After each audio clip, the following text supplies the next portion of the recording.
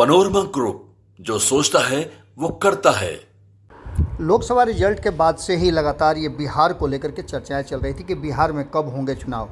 खास करके बिहार में बाईपोल को लेकर के 4 सीटों पे चुनाव को लेकर के जो चर्चाएं थी उस पर विराम लग गया है और उसकी घोषणा चुनाव आयोग ने कर दी है।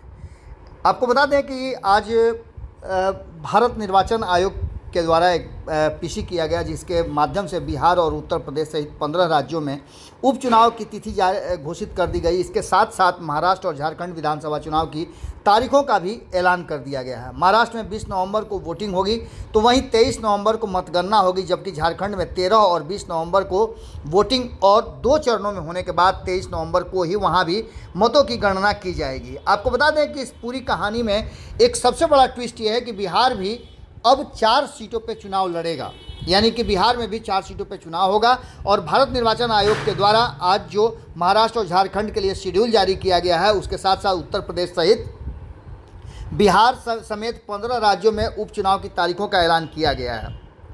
इसको लेते हुए आपको बता दें कि बिहार में 5 सीटें हैं, माफ़ कीजिएगा 4 सीटें हैं, तो वहीं छत्तीसगढ़ में 1, असम में 5 सीट है, गुजरात की 1 सीट, कर्नाटक की 3 सीट, केरल की 3 सीट, मध्य प्रदेश की 2, महाराष्ट्र की 1, मेघालय की 2, पंजाब की 4, राजस्थान की 7, सिक्किम की 2, उत्तर प्रदेश की 9 सीटें, उत्तराखंड की 1 और पश्चिम बंगाल की 1 सीट है। जबकि उत्तर प्रदेश की एक महत्वपूर्ण सीट पर अभी भी चुनाव की घोषणा नहीं की गई है। आपको बता दें कि इस पूरी कहानी में जो बातें सामने नज़र आ रही हैं वो साफ साफ बता रही हैं कि चुनाव आयोग ने जो घोषणा की है उसमें अभी भी आधा अधूरा है, पूरा घोषणा नहीं किया गया है। आपको बता दें कि 2 राज्यों में जिस तरह से चुनाव के बिगुल फूंक दिए गए हैं, उसमें जो विधानसभा के चुनाव है उसमें झारखंड में 88 सीटों पे चुनाव होने हैं, जिसके लिए 41 सीटों पर बहुमत होगा और अधिसूचना 18 अक्टूबर को जारी कर दी गई है। 18 से 22 अक्टूबर तक।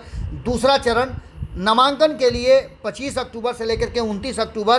तो वहीं आपको बता दें कि नामांकन की जांच के लिए 28 अक्टूबर और 30 अक्टूबर को समय निर्धारित किया गया। नाम वापसी पहले चरण के लिए 30 अक्टूबर और दूसरे चरण के लिए 1 नवंबर को रहेगा। तो वहीं मतदान 13 तारीख और 20 तारीख को होंगे इन 88 सीटों के लिए। जबकि आपको बता दें महाराष्ट्र की 288 सीटों पर एक ही दिन में चुनाव होगा, जिसकी अधिसूचना जारी होगी 22 अक्टूबर को और नामांकन 29 अक्टूबर को तक किया जा सकता है। नामांकन की जाँच 30 अक्टूबर को और नाम वापसी 4 नवंबर तक किए जा सकते हैं। मतदान 20 नवंबर को होगा और इसमें 288 सीटों में 145 सीट जो है वो बहुमत का आंकड़ा है।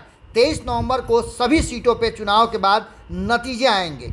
इन सभी बातों को लेकर के जो वर्तमान परिस्थिति बनी है उसमें बिहार को लेकर के चर्चाएं खूब चल रही थी। महाराष्ट्र में 1 चरण में विधानसभा चुनाव होंगे, तो वहीं आपको बता दें कि इन सभी बातों को लेकर के अब चर्चाओं का बाजार भी शुरू हो चुका है। आपको बता दें कि चुनाव आयोग काफ़ी उत्साहित है। 2 राज्यों के चुनाव करा करके बिहार में रामगढ़ के साथ साथ तरारी, इमामगंज और बेलागंज सीटों पे उपचुनाव होने हैं। तो वहीं आपको बता दें कि उपचुनाव असम की 5 सीटों पे होना है।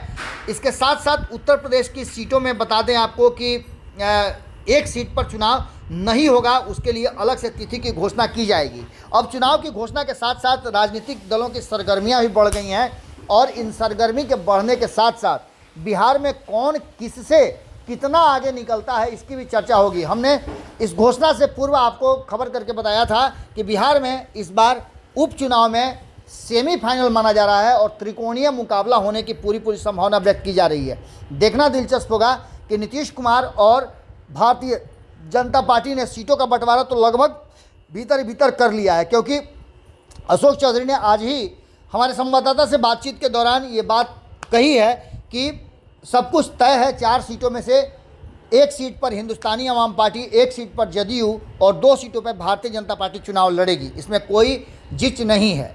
अब देखना दिलचस्प होगा कि एक तरफ जहां जनता दल यूनाइटेड और भारतीय जनता पार्टी के साथ हिंदुस्तानी अवाम पार्टी कंबाइंड रूप से एनडीए गठबंधन से चुनाव लड़ेंगे, तो वहीं इंडिया गठबंधन भी कंबाइंड होकर के ही चुनाव लड़ेगा। लेकिन इनमें तीसरा एंगल पैदा कर रहे हैं प्रशांत किशोर, जिन्होंने घोषणा कर दिया है कि वो चारों सीट पे अपने उम्मीदवार उतारेंगे और इस मुकाबले को त्रिकोणीय करने की पूरी संभावना है। देखना दिलचस्प होगा कि प्रशांत किशोर के बारे में हम बता रहे हैं आपको कि ये उनके लिए सेमीफाइनल नहीं, उनके लिए फाइनल से भी ज़्यादा महत्वपूर्ण होगा। देखना होगा कि क्या कुछ निकल के सामने आता है। इंतजार कीजिए, जैसे जैसे अपडेट आता है हम फिर आपसे जुड़ते हैं। बहुत बहुत धन्यवाद। पनोरमा ग्रुप, जो सोचता है वो करता है। अगर ये वीडियो पसंद आई और वह बिहार के राजनीति और बिहारियत से सरोकार रखेनी तो सब्सक्राइब बटन दबा के चैनल के सब्सक्राइब कर ली। ओजे एगो घंटी बा, ओकरा बटन दबा देला से कुल सटीक और मारक खबर रुआ मुफ्त में मिल जाई। अगर रुआ पत्रकारिता के हमनी के नया प्रयोग में सहयोग कर चाहतानी तो ज्वाइन बटन दबा दी। पेटीएम नंबर नोट कर ली 9386816700। धन्यवाद।